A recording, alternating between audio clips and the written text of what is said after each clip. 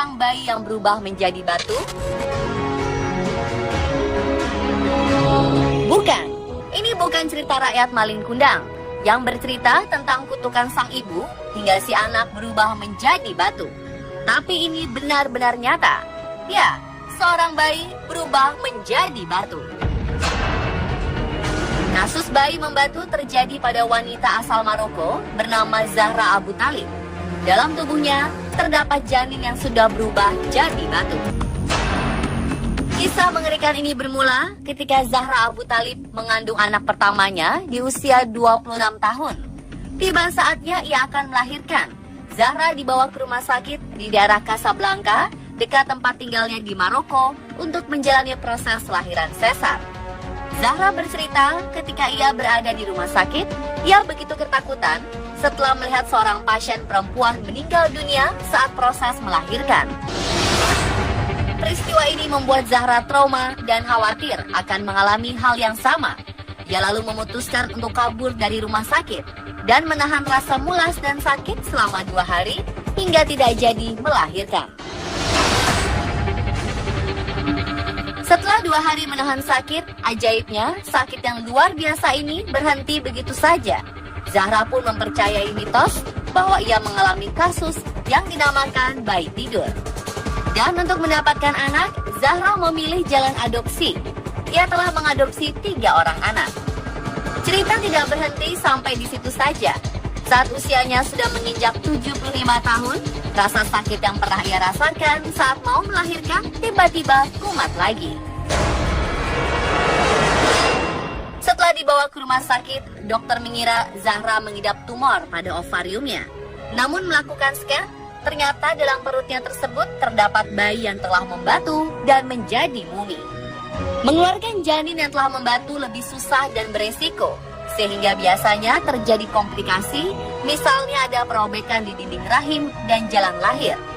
Setelah melalui pertimbangan, akhirnya dokter memutuskan untuk tetap mengeluarkan janin batu ini agar kondisi Zahra kembali pulih. Fosil janin ini berukuran 3,1 kg dengan panjang mencapai 42 cm.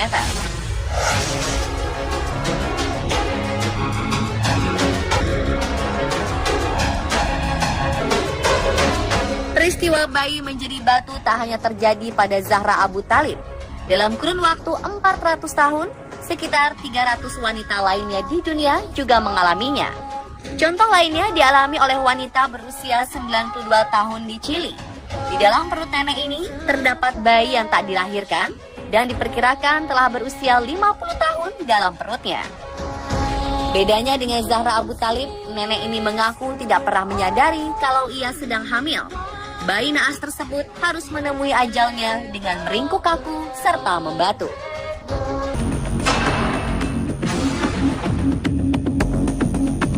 Setelah melalui pertimbangan panjang, dokter memutuskan untuk tidak melakukan operasi pengangkatan bayi batu tersebut karena akan terlalu beresiko, mengingat usia nenek yang sudah sangat tua. Si nenek pulang tanpa mendapat pengobatan. Kasus serupa juga pernah terjadi di Indonesia, tepatnya di daerah Jambi. Awal Maret 2017 lalu, perempuan yang diketahui sudah berumur 60 tahun mengandung hingga puluhan tahun. Namun anehnya, sang ibu tidak sadar bila dirinya sedang mengandung sang bayi. Peristiwa langka ini diketahui setelah sang ibu memeriksakan diri ke dokter. Saat dicek, barulah diketahui bahwa perempuan asal Kabupaten Tanjung Jabung Timur ini tengah mengandung. Namun bayinya tersebut telah membatu. Diperkirakan usia kandungannya sudah berusia 37 tahun. Sayang, sang buah hati telah tiada. Ia telah lama meninggal dunia di dalam perut sang ibu. Bayi yang menjadi batu ini telah diangkat melalui proses operasi.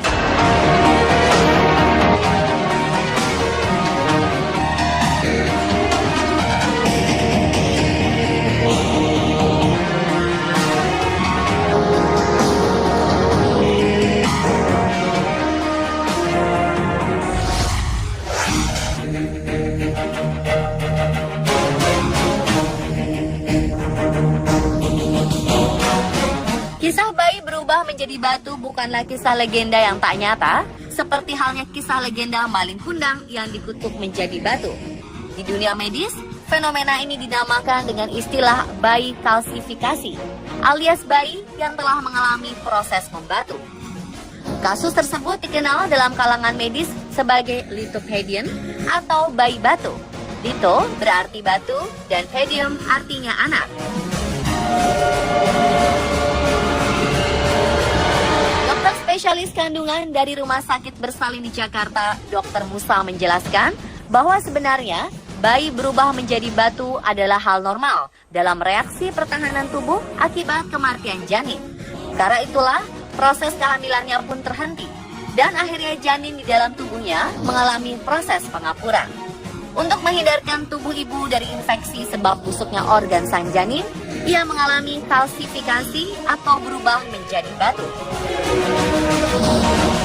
Jadi sebetulnya lithopedion itu adalah janin itu sendiri yang kemudian prosesnya karena meninggal. Kalau kecil dia akan diserap kembali oleh tubuh, diresorpsi namanya. Tapi kalau gede, sudah besar, diresorpsi pun tidak akan habis sehingga tertinggallah yang namanya janin tadi. Kemudian dia akan membentuk semacam bungkus yang namanya pengkapuran, kalsifikasi, dan kemudian mengeras. Tujuannya sebetulnya mekanisme untuk tubuh sendiri supaya tidak terjadi infeksi. Nah, pengerasan itu sendiri kemudian disebut dengan lithopedion. Dr. Musa menyebutkan, kasus seperti ini biasanya terjadi pada kehamilan yang tidak disadari, atau biasanya sang ibu tidak melakukan pemeriksaan ke dokter kandungan. Begitu mengetahui dirinya tidak menstruasi beberapa bulan. Akhirnya baru ketahuan setelah sekian lama saat perutnya merasakan sakit yang sangat hebat. Kemudian lithopedion itu terjadi, itu kan ceritanya lama.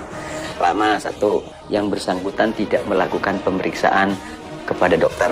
Ketahuannya setelah sakit yang luar biasa baru dilihat, baru ada itu kan. Kalau sekarang kemungkinannya untuk terjadi seperti itu kecil. Kenapa? Sebentar-sebentar kita melakukan pemeriksaan dengan USG sehingga begitu janin 8 minggu tidak berkembang, detak jantungnya berhenti, sudah terdeteksi. Jadi tidak akan sempat untuk terjadi lithopedion tadi, kecuali di tempat terpencil, kemudian dia tidak melakukan pemeriksaan USG, ya kemungkinan masih bisa terjadi. Berbeda dengan kasus Zahra Abu Talib, dia tahu kalau dirinya tengah hamil, namun memilih untuk menahan proses lahiran dan menyimpan bayi di kandungannya selama bertahun-tahun. Kasus tersebut sangatlah aneh dan langka, sebab yang kita tahu, wanita yang telah masuk dalam masa melahirkan tidak bisa ditahan-tahan. Beberapa kasus melahirkan di jalanan, di pesawat, di angkutan umum, atau di perjalanan menuju rumah sakit adalah contohnya. Bagaimana pendapat Dr. Musa mengenai kasus Zahra Abu Talib ini? Di dalam kehamilan, tentunya hormonal kehamilan yang akan tumbuh atau meningkat. Nah, begitu kehamilan itu cukup bulannya, kasarannya hormonal untuk kehamilannya menurun, hormonal untuk melahirkannya yang meningkat.